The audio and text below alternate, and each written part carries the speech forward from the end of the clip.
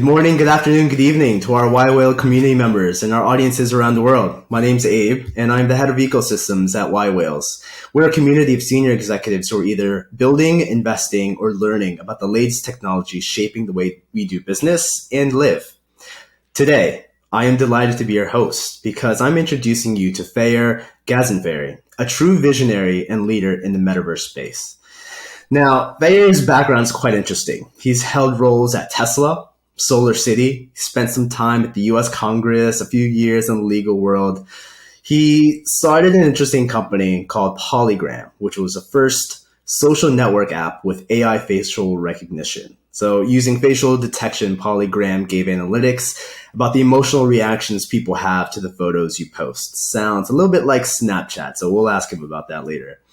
But today, Faryar is the co-founder and CEO of Clipo Labs, a company that is the developer of the Multiverse interactive immersive reality platform. It's delivered as a Metaverse as a service product. But before we dive into this, Faryar, I have to give you some congratulations because Thank you. You are accepted into the Advanced Imaging Society, which comprises of entertainment professionals who vet tech that is driving the entertainment industry. Now, this is VR, AR, 3D, cloud, and live rendering. So you're amongst Marvel, Disney, Pixar, Netflix, NVIDIA, Epic Games, Discovery. Not only that, you are the first startup to ever be invited in this community. Is that correct? Yes, and we were quite surprised and shocked and humbled by the fact that we were invited and accepted, and we now have a seat on the board of governors. That's amazing. That basically they want us to be the guiding way through this metaverse basically landscape as it's I evolving. like it.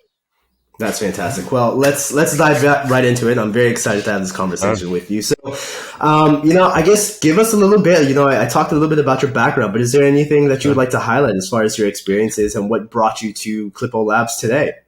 Yeah, well, Clipo Labs started years ago. So the Okay. first product we ever worked on, which is my basically first failure, if you will. Let's start with those. Let's hear it. Let's hear Because in it. the Great lessons there.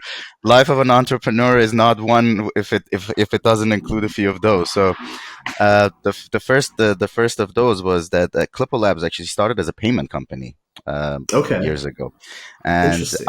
I had invented a technology called Red Eye, and this is Okay. before NFC chips were available. And basically, the premise of this technology was that it would make every smartphone capable of communicating with any other smartphone, irrespective of the manufacturer and brand. So basically, iPhones could talk Wow. to Yeah. Androids for the purpose of peer-to-peer, basically connection, so people can basically transact payments. So Interesting. we had developed the technology. It was a patented technology. It was basically ready to go and all this sort of stuff, except there was one minor thing that we'd missed, being a young entrepreneur with not much experience, was that in United States, every state requires a separate money transmitter license. So that means Okay. this startup could not have basically stand on its 2 feet if we did not start with millions and millions and millions of capital, which require to Gosh. basically go to every single state within the United States and secure this peer-to-peer money transmitter license. So for that minor miscalculation, that did not happen. Okay. And But that was basically through that I met my current co-founder, Marcin. Okay. And we basically, Marcin is a former university professor, and he has a PhD in computer vision. And we had this, that was basically the origins of Polygram. We had this crazy idea. Those were the beginning days of social media. Right. And one of the experiences we had, which was kind of was irking us, is that whenever you post on social media, you get some feedback, but it seems somewhat vague. Like people Hmm. like it, or Right. you get a couple of hearts and like some comments. But I wanted to know more a little bit. Like Okay. if I was posting something funny or something newsworthy or something informing, I wanted to kind of have a bit more analytics, if you will, with Sure. respect to how basically posts affect my audience. Hmm. So we came up with the idea of having an AI, and this is the first AI ever actually that ran on a mobile device Okay. that would basically um, detect facial responses of people to content. Hmm. And this is years ago, so there were no chat gpt, and advancement of ai wasn't as much. So we started very basic. Like, we had basically psychologists and psychiatrists working us, and we had labs, and we That's had incredible. people where we sit them and introduce them to different stimuli and record their facial expression. So we Okay. would train this ai engine to understand how basically human facial basically expressions change depending to different stimuli, so we can tra- train this AI engine to understand how you react to different content. Okay. And then this was basically launched on a mobile app that, like Snapchat and Instagram, you could upload video and picture, but Right. instead of having people manually react to you, they would just basically browse the content. But the AI would get their authentic reaction, and then you would get a wealth of analytics on your end Interesting. with respect to where your audience is from, how they react to it, if they're indifferent, if they pay attention to it. And originally, we thought this would might use as a tool actually for lots of Instagram influencers to Sure. launch their Right. content Definitely. first on this, Right. and then kind of fine tune their it's kind of impact Hmm. on a kind of smaller audience before basically posting the same content on other social media. So there are a lot of technical challenges involved, and I can imagine. we're talking about like many generations ago of iPhone. They did not have high powered GPUs to run AI. So just running an AI and app at the same time, that was a lot of challenges. With my co-founder, genius, figured a way out. So we developed it and we launched it, and it received a really, really welcoming response. We were like covered all over the world, and initially started having lots of usage. Except something very interesting happened. I got an invitation from a shall not be named, very well known big consulting firm that wanted me to come in and sit down with a group of quote unquote government leader to discuss this innovation. All And right. when I went to this meeting, I found myself in a room with a group of about 20 people, which they identified themselves as the intelligence community. And they wanted us to explain how this works and in what other ways this could be utilized. And I can't discuss What a fully about surprise meeting. exactly, yes. And I don't want to go into details, but suffice to say, the things I heard and the questions I was asked with respect to other kind of peripheral and tangential uses of this technology. When I walked out of that meeting, I called my co-founder and I say, uh, "Take the app down. We're not we're not continuing with this anymore." Wow, you It shut it just down. Yes, I shut it down. I figured that in our again young entrepreneur naivety, we had created the technology that we basically focused on a use case that we wanted to be, but we did not foresee that it might have lots of unintended consequences. Similar to a lot of Yeah. things that you hear nowadays about like advancement of AI. Sure, for And sure. this is basically a cautionary tale, I guess, for a lot of folks out there. You might basically have some basically pure vision of some technology you're creating for something that might be fun or do good, but there are there are secondary uses and other basically use cases for anything, and you might not basically pay full attention to those. So this was one of those cases, and That's it. That's a really interesting lesson. yeah. And given that you made this a couple years ago, do you think that that has been replicated ever since? Definitely, yes, yes. Yeah, We know that that technology advanced far beyond where sure. we left it off, and there are it's currently in use in many many different ways. It's just that it wasn't what I wanted to basically be involved in, if you will.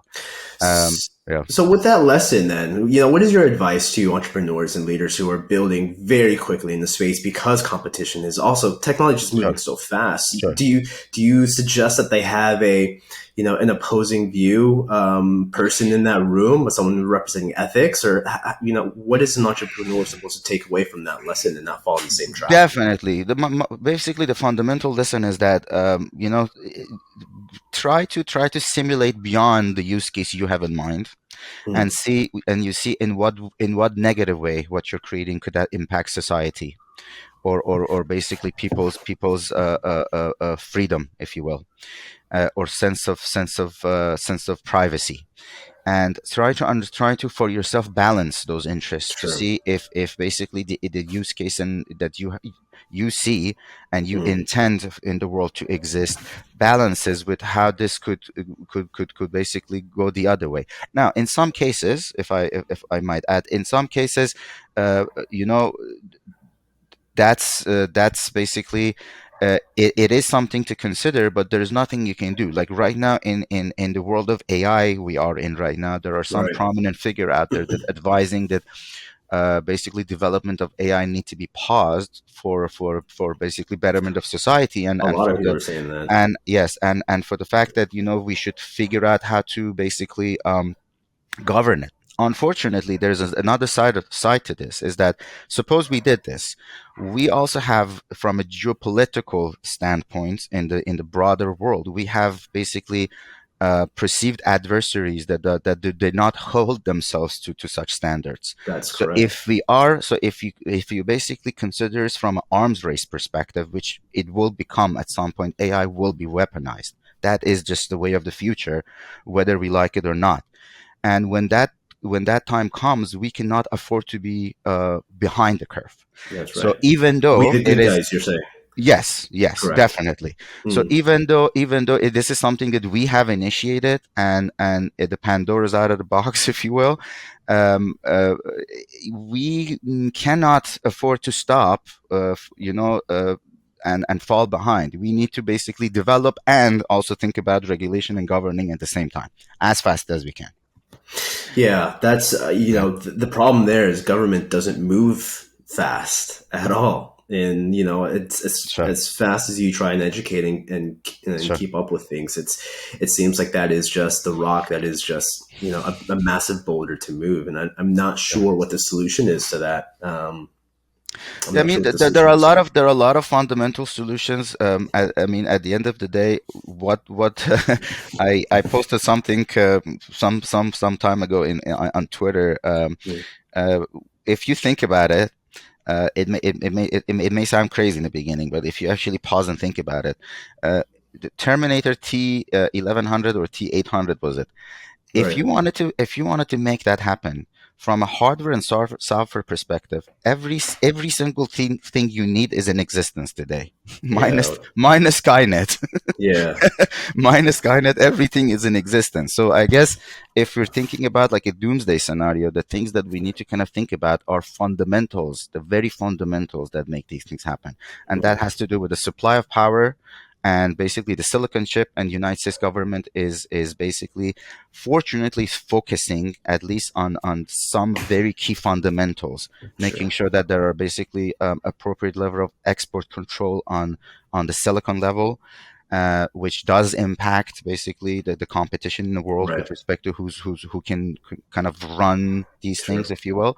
But that won't hold for long. So then, hopefully they catch up, and they think about other things. One thing, however, that gives me comfort is this: when I hear people tell me that yeah, government's too slow and they don't understand and they don't care, it gives you the feeling as if like they have no clue what's going on. But I can tell you from firsthand experience, when I met the people I met in that meeting, when Okay. we had that AI, Sure. and I can tell you that across the table were pretty incredibly smart individuals on the side of the government. Very impressive. So that gives me a lot of Hmm. hope that, Sure. despite what we hear, that government is not capable or move slowly and all that sort of stuff, of United States actually does employ incredibly smart people and capable people. And if whether or not we know or not, I think they are on top of things, but they may not advertise that they are, Sure. but they are. They know That's a what's great going on. that's a great perspective, and I'm glad Yeah, you sort of highlighted that as well. That's it's quite a scary scenario that you presented, but there's a bit of optimism that you've ended that one with. So I appreciate you sharing that. Quite an sure. experience that you've had as well. Sure. Yes. Memorable. Yeah, I bet. I bet. So then, if we can transition then Of to course. more recent, tell us Yes. about Clipo Labs. Were there experiences that you just sort of shared with Sure. us that sort of led to the Yep. ideation of Clipo Labs or the So purpose behind it? yeah, so what happened was Polygram had a feature. This is an interesting how feature became a product and later became a platform. Let's hear it. Polygram had a feature, and many years ago, if you remember, in the advent of augmented reality, Okay. there were these AR things that you could use with your mobile device to, let's say, project a dancing hot dog, Snapchat this famous dancing Yeah. hot dog on top of a table and all that sort of stuff, and that was one AR object. And we were basically thinking as a feature for Polygram app, how can we have unlimited number of AR objects, not just one, but just fill a room with balloons, if you will, just something Interesting. simple. Okay. Now, at the time, I was actually working at Tesla, and one of the I had heard that there was a challenge for Tesla to open showrooms in certain states. It turns out there's this arcane law in the United States that says manufacturer of a product cannot sell the same product. It goes back to many decades ago, having to do with alcohol distilleries. Alcohol distilleries cannot open a bar. It's a form of anti-competitive law. Yeah. So apparently, this law was used to basically prevent Tesla from opening some showrooms in some states. So and that got me thinking, okay, are there immersive technologies that you could use very simply that are also photorealistic? That you Sure. could actually see a whole Tesla in a kind of an immersive setting that you can kind of see it, go around it, get inside, see it from outside, every angle, customize it. So, not having a showroom is not as a negative or as damaging, if you will, to Right. company kind of faced with, Right. regulatory challenges of such. And at the same time, we were kind of working on this kind of AR feature. So we thought, okay, if we and we had cracked the nut on that, meaning that we figured out how to have unlimited number of AR objects, again Nice. running on a kind of limited resources of phones. So the next step was that, okay, if we can do many AR objects, can we actually have like a complete environment with lots of, let's say, full blown Tesla with every detail, and try to basically appreciate it for all its angles, and get inside the car and Yeah. look at it from Right. every view.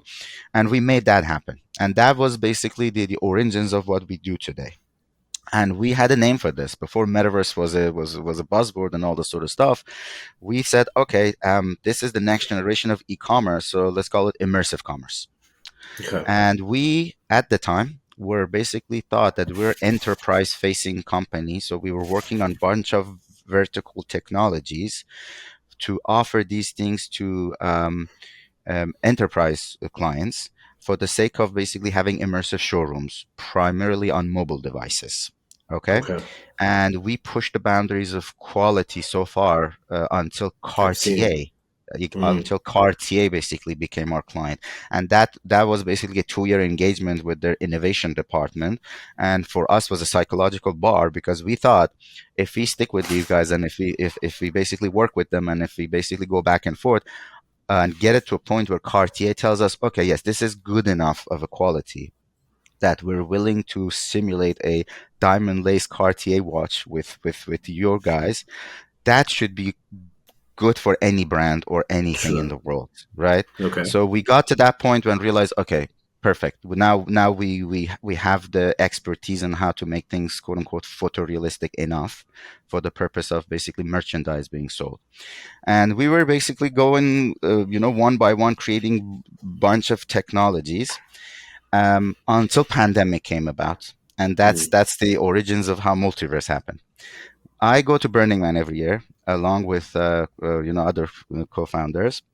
At this point, we had a new entrant in our company, our third co-founder, Renee Brousseau, and she had the amazing idea that if we pull everything we had built over the years for these basically different verticals of immersive commerce under one roof, we can basically help Burning Man organization take their take the event virtual because we knew they wanted to do that, and we knew that they're in the market, they're talking to game studios here and there, trying to see who has what that could make this happen. Interesting. So now, but this basically suggestion was very difficult because we had these different vertical technologies, but we had not Right. basically put them all together, Right. and we Right. only had short 3.5, maybe 4 months Yeah, until the sure.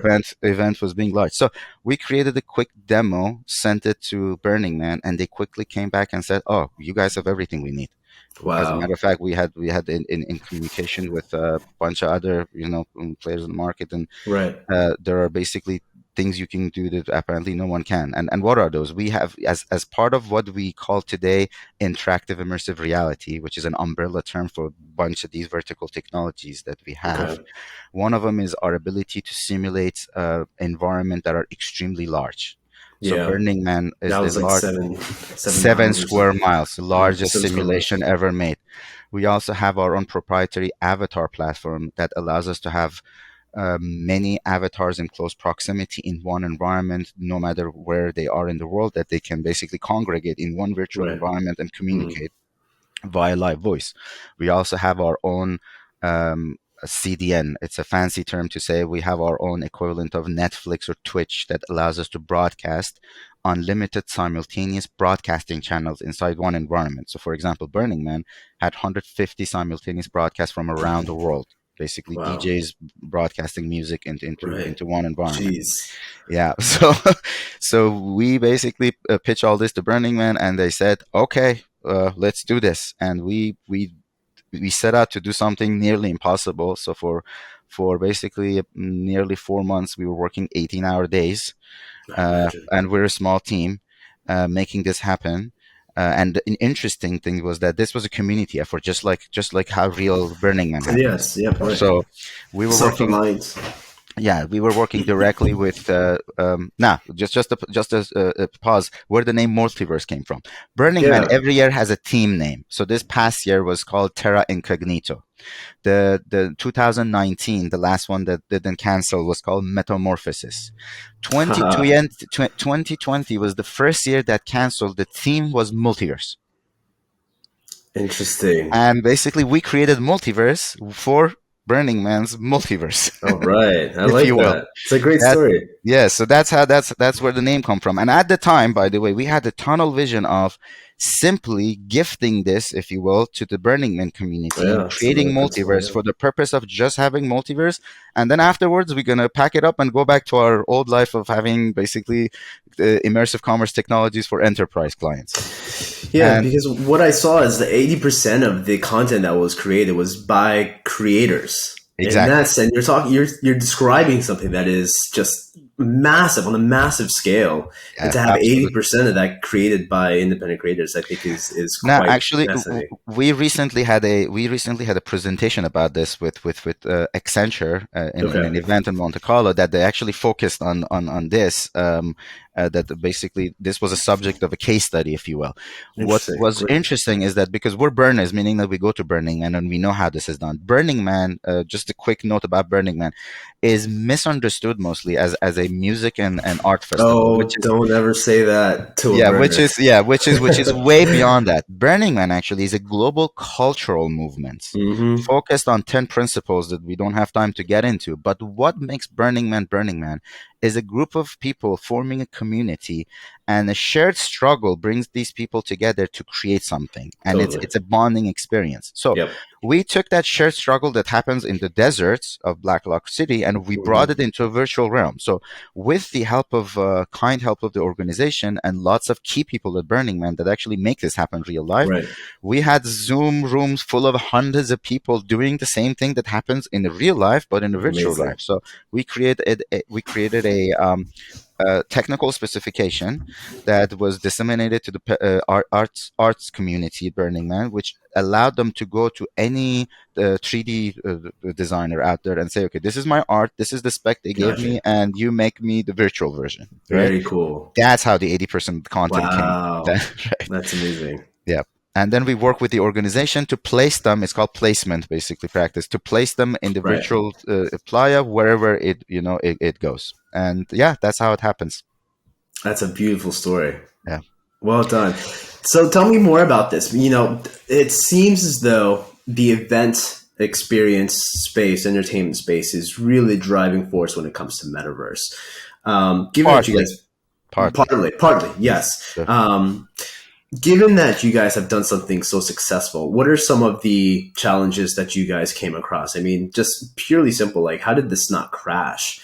Just in Very that good sense. question. So the first incarnation of so the first version of this, we were holding it with our with band-aids and basically working day and night, and things were crashing and we're fixing it. Luckily for us, Burning Man community is very forgiving, and things breaking down is a part of the experience at Oh, Burning. it sure is. Right. So, Yeah. so one of the things that would give us comfort is that if something falls apart, it's basically it's just feels very normal, if you will. But it didn't, fortunately.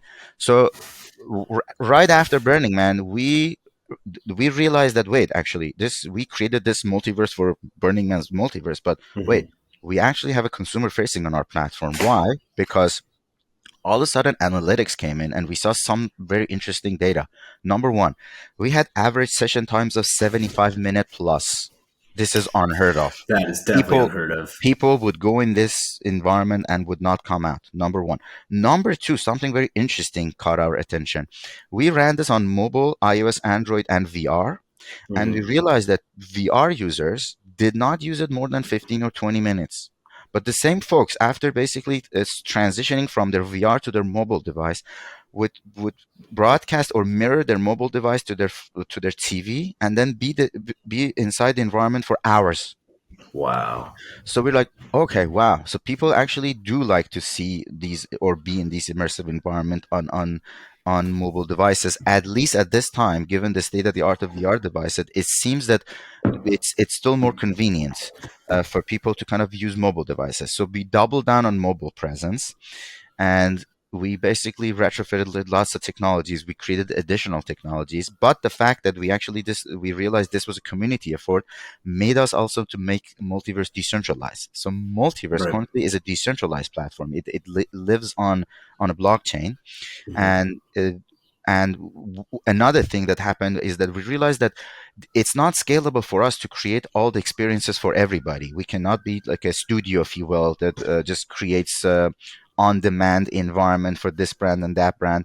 We are in a position, because of the wealth of technologies that we have and because of the fact that we're ahead of the curve by many years, because we started working on these things before metaverse was a buzzword.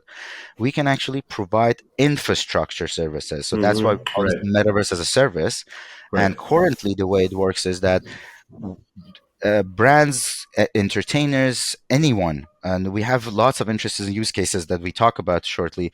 They can come on our platform and they can create an environment either themselves, or they can basically have our creative studio create one, or we're actually working on a generative AI that you can actually, with prompt, uh, explain a 3D environment and it creates one for you, as you can imagine. That's right. And Yeah. yep, and then you can basically connect it to our blockchain and you get a token back. So you own your own environment without any intervention from us, and you can sell your environment to whoever else later on. And once you connect your environment to our platform, our interactive immersive reality stack of technologies makes it fully interactive. Either Mm. then you can have as many avatars, you can broadcast audio and video, you can connect shopping carts, you can have crypto wallet, you can do anything and everything you want in there. That's And quite fascinating. yeah. And about some of the interesting use cases. One of the things also we realize about this space is it's wrong for us to basically try to kind of project what are the specific use cases are, and basically push the platform toward those use cases, right? Okay. What we realized early on is that people will come up with very amazing use cases. So what we need to do is that focus on creating foundational technologies and empowering a community of creative to understand what tool set they have available in terms of building on our platform, and then come up with what they want to do, and Right. that bear fruit. So as you noted earlier, yes, entertainment and immersive events is a very big piece of it, but Hmm. we are also seeing lots of interesting. I'll give you some samples. We are basically working with with a brand where they want to have the first immersive, basically, theater, if you will, Okay. inside multiverse. And the concept here is that currently you watch things on Netflix, and it's basically it's you on a couch and binge watching a show. But what about watching basically with a community where you can go inside an immersive environment and there's a virtual theater and you can still watch something, but then you know that you're there with a community in a kind of virtual setting, and then you can connect with that community, and maybe you form a community around a series, if you will, right, where like-minded people kind of discuss things. So we see that's happening. um, Medical is an interesting one. While ago, a few months ago, a group of heart surgeons from University of Lausanne in Switzerland came to us with a 3D model of a beating heart that was photorealistic. They asked us to put this in an immersive environment that was basically close to public, and a group of heart surgeons had a meeting, closed door meeting, discussing a heart surgery technique. That, for life of me, that I would not have guessed that would have ever happened on Multiverse, but it did. I've seen that. I've seen that interview take place. Probably not the same one, but yeah, it's Right. I've seen that as well. So is that where you see this really going? Is the need for everyone to seek out a community with commonalities that they can sort of bond and connect with, and that is sort of driving these experiences to be more immersive? Is really community driven as it is with the experience as well. Definitely. What we see happening is that a lot like what was portrayed in the movie Ready Player One, Hmm. where you have basically there will be a bunch of metaverse platforms, and eventually, one way or another, these platforms will connect or find a way to bridge, and there will be some basically standardization across the board. Focus will be mostly toward things that are higher quality, because with what you know, voxel graphic, you can't really do much, if you will. So Define what you mean by higher quality. what you basically have on the market currently on platforms such as Sandbox and Decentraland, those are not high quality enough for, You're let's say, speaking for Unreal Engine. well, Unreal Engine is of that's what you can use for high quality. Got Unity, it. it's something. Unity also, Understood. it's something you can use for higher quality, higher resolution things. But certain level of minimum quality is needed for Mm. basically metaverse platform to flourish, because you need to basically portray things, represent things, simulate a Tesla car, create a Cartier watch, that sort of thing. So there is a base level for quality that's needed. Then there is some other fundamentals, which is one of them is having lots of avatars in close proximity, right? That's one of the things that's lacking currently. But these things will evolve eventually. So let me ask you about the quality and the products being brought into a immersive experience. Talking about scale, Sure. Tesla has a few couple products, but what if you're talking about a company that has hundreds of different products? How do you think that's going to be able to import those in a 3D virtual reality space? Um, how is that possible? Very good question. We have actually gone through this exercise. So Let's hear it. yeah. So it just so happens that nowadays, whatever that gets manufactured and is a physical item, and you actually physically hold it in your hand, has a Hmm. 3D models lying around somewhere. That's how these Okay. things come to be. Initially, in a kind of design aspect of any product, there is some 3D file. And one of the things we've done is that we've basically tried to find basically ways or develop middlewares that digest all sort of 3D files, and you get basically what known as an FBX format, which is more or less nowadays a standard 3D version of anything, right?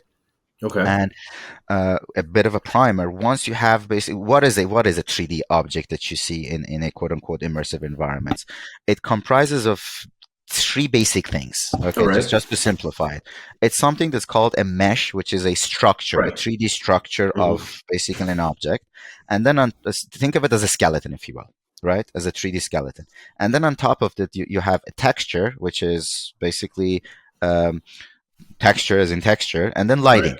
So basically, Right. mesh, texture, and lighting gives you a 3D object in an immersive. I'm simplifying this Sure. Totally. technically, but Yes. just just Yes. just, just for the sake of our audience understanding, it's basically those basically steps. And once you have that 3D mesh, the latter basically steps are not that difficult to make happen, right? So that's one of the techniques.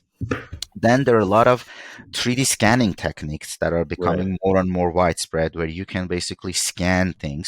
We work with basically something that's it's a relatively old technology, but we have innovated on top of this, called volumetric photogrammetry.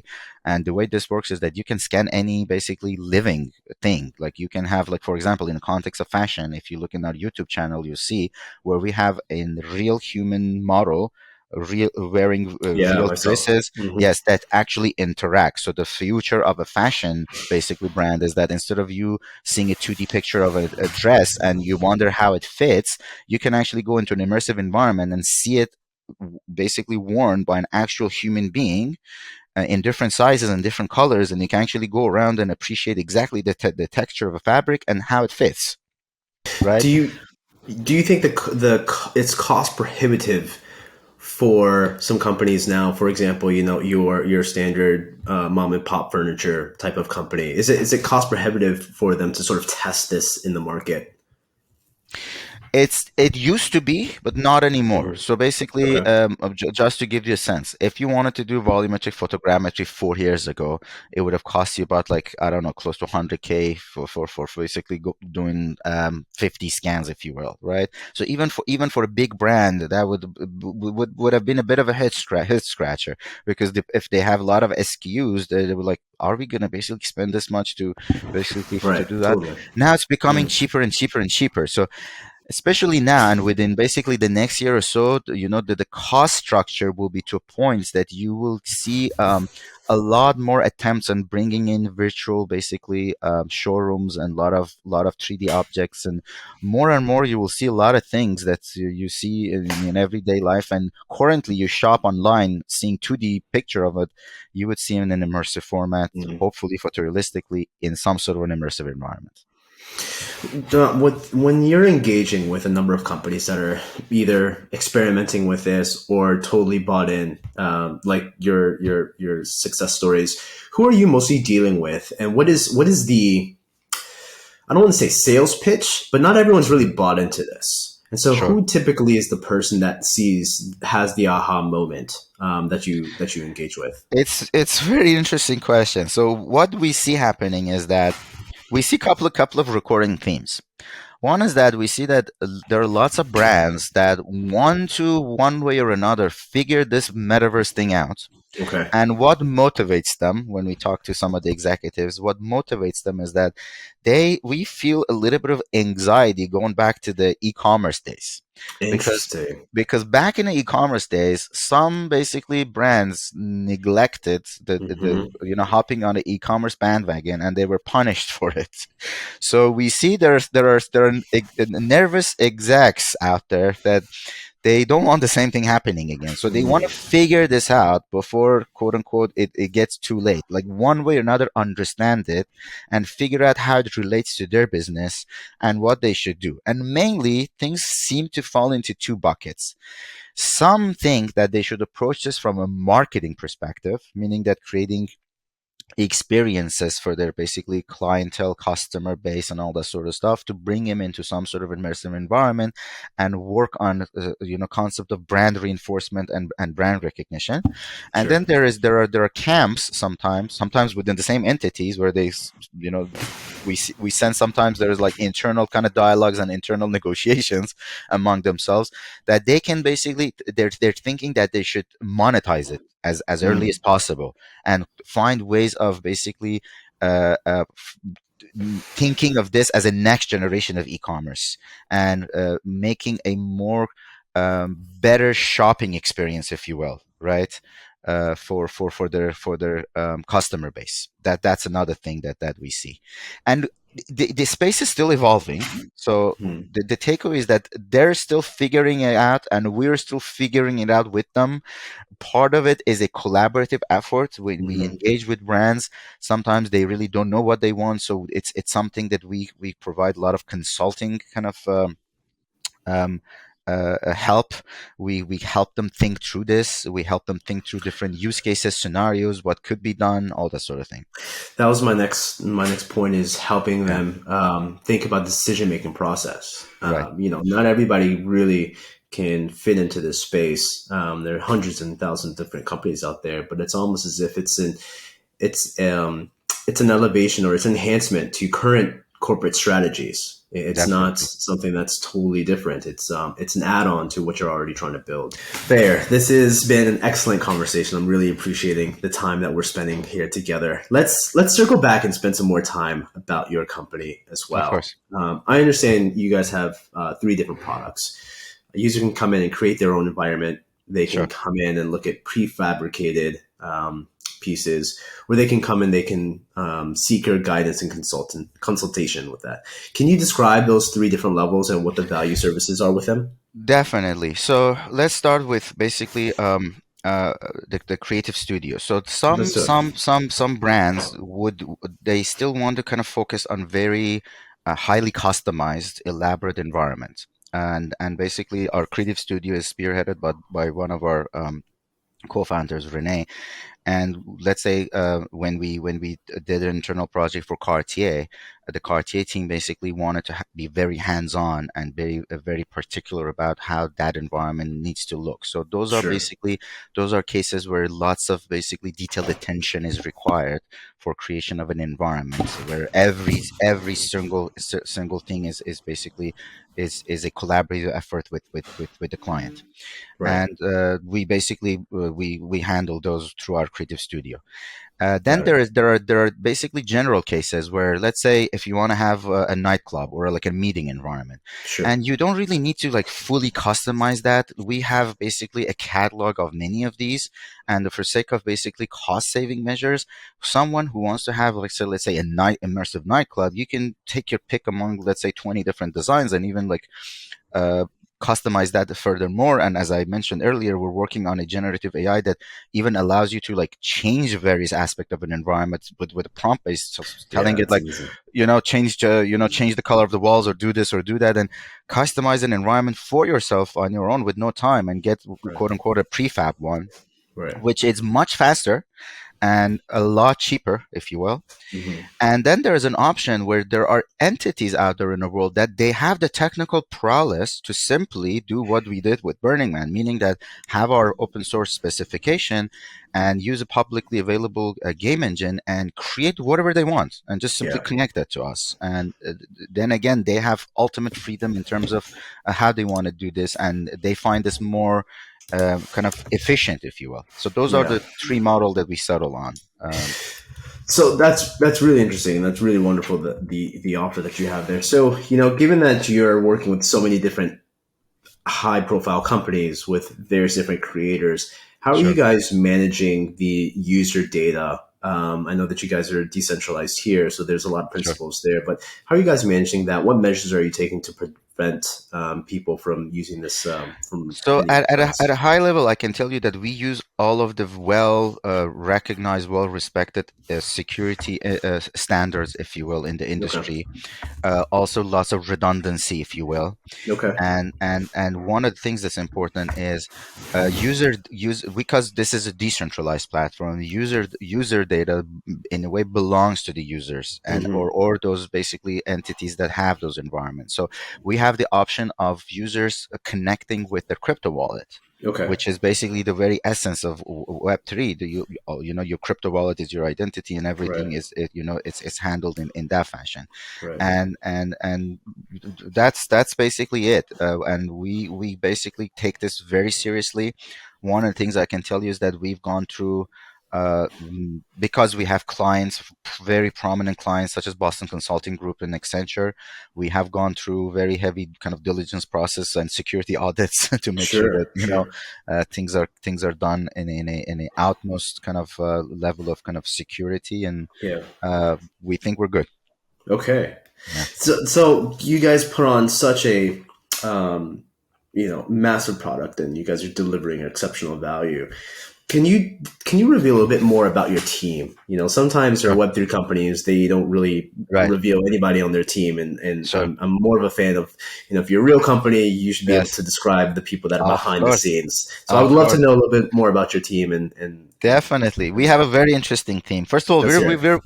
we're a very small company. Sometimes Okay. people are surprised that all of this is done with a team that is no more than 20 people. Wow, that's And impressive. yes, and this is one of the things I learned during my experience in Tesla. You do not have to have a company of a few thousand engineers to make Interesting. exceptional product. You see this also being happening in Twitter I was nowadays. gonna say it. when, Yeah. when my old boss kind of went there, you can see that. And actually, this a firm belief I have. Small teams are more effective, if you will. Interesting. So Hmm. we have a very, very dedicated and talented team of 20. From the 20, 15 are hardcore developers, Wow. multidisciplinary, and Okay. we have individuals that come from, they have wealth of background in the gaming industry, Okay. and those basically our technical team is managed by my co-founder Marcin Kimek, Okay. who's a former university professor and had a PhD in computer vision, super technical guy. Wonderful.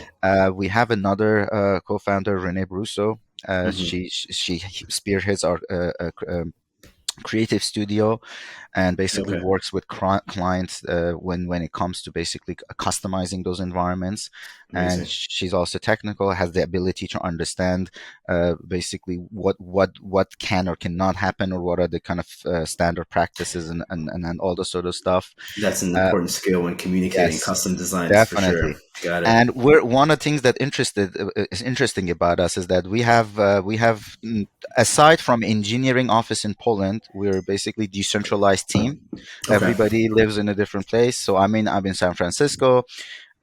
Marcin and some of our engineers spread around Poland. Very We do cool. have an office in Krakow, Poland. Okay. Renee also is in the United States. We also have our director of strategic initiative, Fabio Genedo. He's in Italy.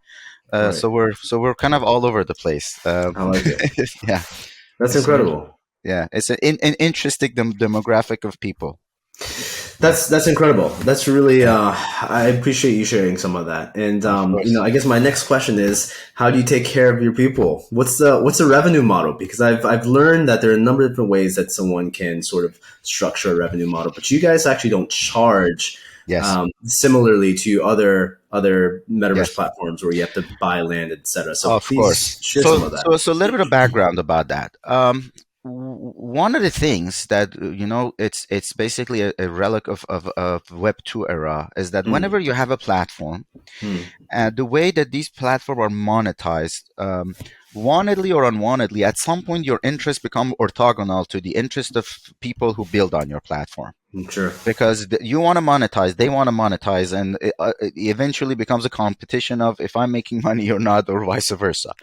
And this is not how we wanted things to be, right? So we are focusing on a scale business. Think Okay. of Amazon Web Services, right? Sure. Where you basically, we want to be the infrastructure upon which a lot of metaverse environment are built and linked together. So we and so that's one fundamental belief we have. Another one is that we do not believe in such a thing as virtual real estate. There is no Hmm. scarcity of bits of data No, there in in isn't. in It's all in in code. in yeah, exactly, like there isn't so creating artificial scarcity of quote unquote virtual land, it's nonsense.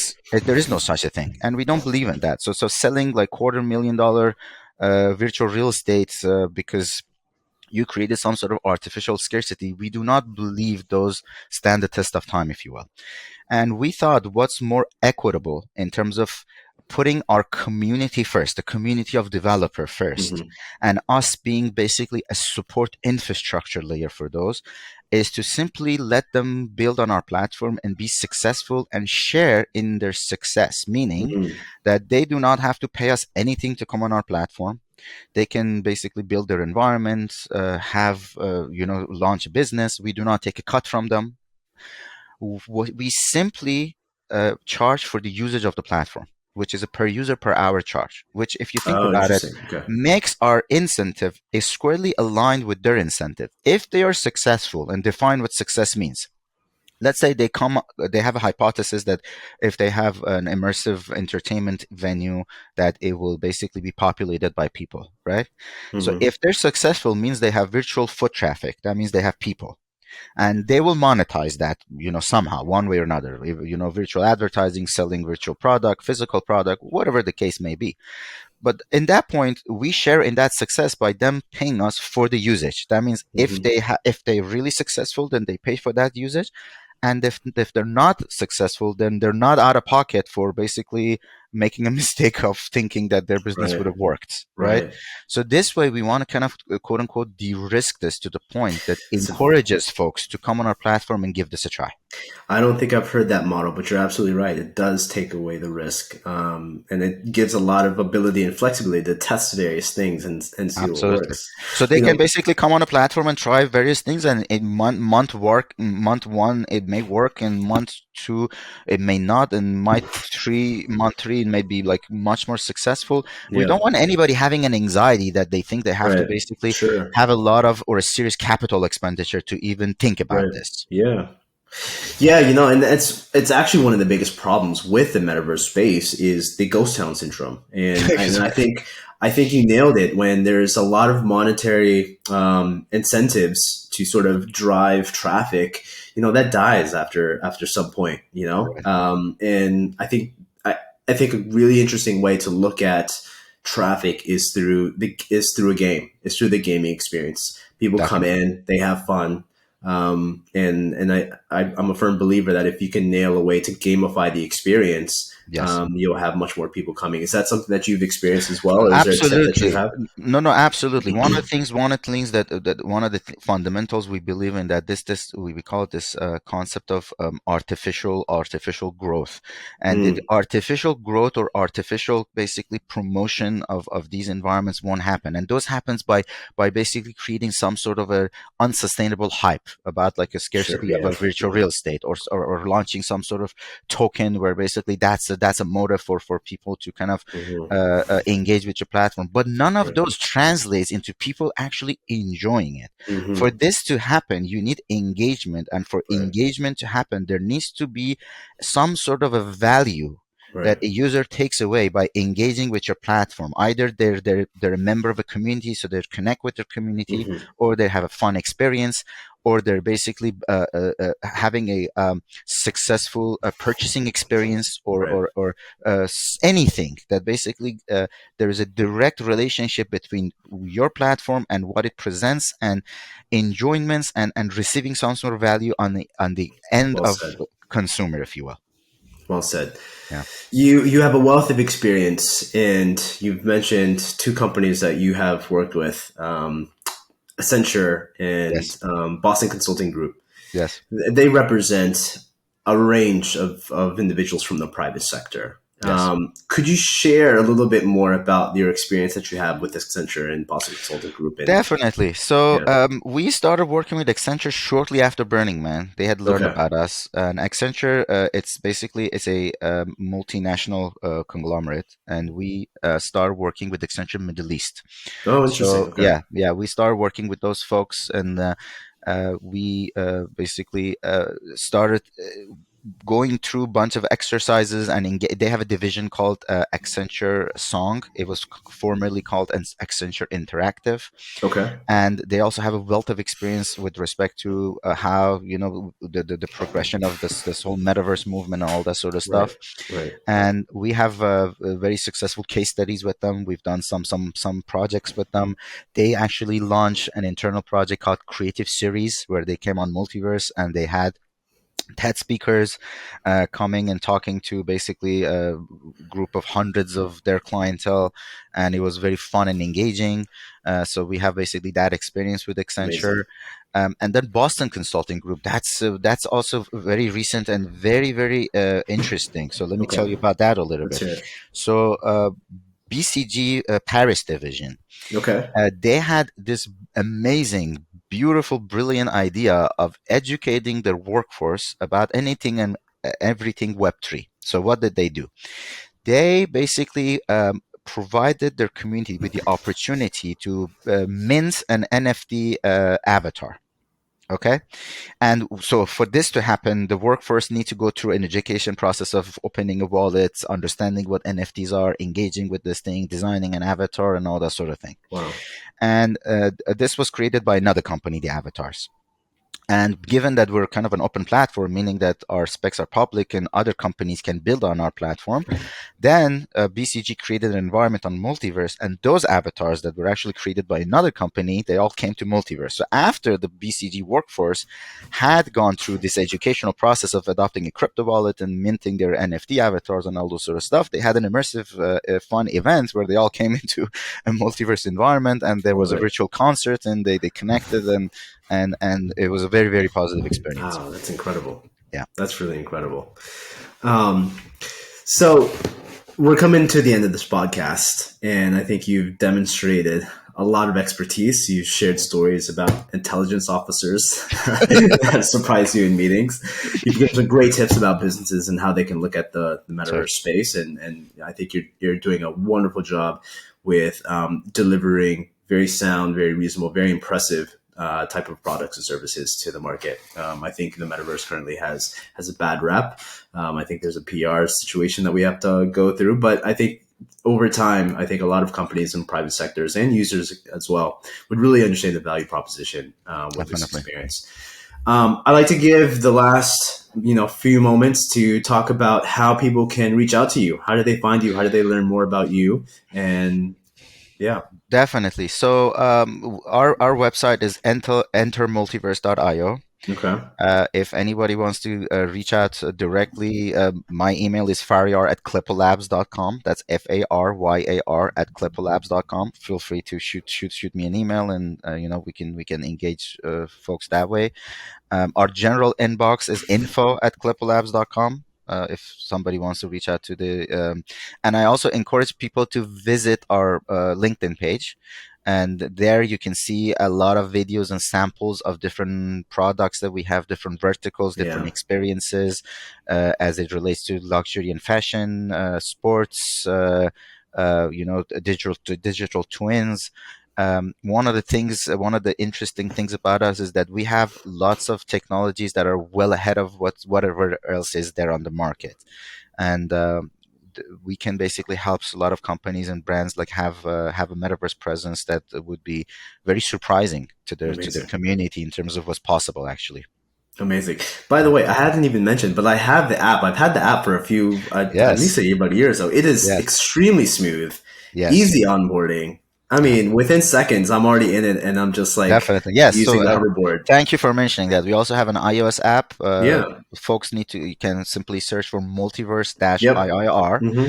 And on Android, they can simply search for Multiverse and then download an app. And if you simply download an app and a friend of yours download an app, and if you guys go to the same environment and you're two avatars, and you can basically talk to one another in there and Very just go cool. and do fun things. And we're adding a lot of games and gamifications and scavenger hunts and Oh, that's awesome. yeah, yeah. It's That's it's very gonna be cool. yeah, it's gonna be ever growing community of users on Multiverse. I love it. All right. I have one last question before we part ways. Yes, My question to you: yes, if you had 6 more hours in a yes, day, so not 24, now you have 30 hours, yes. what would you do with the additional six? Well, it makes me laugh because it's something I had once thought about. I wish that was a possibility. What's your answer? Yeah, so let me tell you a little bit about my life. I guess that's informing. So That's a good. because I'm in San Francisco and our engineering team is in basically Europe, Hmm. uh, when my midnight is when they start going to work. So the way I live my life is that I work from midnight until 7 a.m.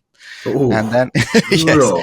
and I've been doing this for years now. And I crash for a few hours, and then I have my meetings on the U.S. time zone, and then I take a short nap and I get ready for the night again. So if by grace of God somehow I could manage some sort of way of squeezing 6 more hours, I would use 3 more hours of sleep, if you will. Not even the full six, just three. That's all you Just want. three, just three, and a little bit more for work because, Okay. as I said, we're still a small team, and um, you know I work as much as 6 people full time. So so I could use 3 more hours for that and 3 more hours for sleep. Yes. I gather you an expert at power naps, my friend.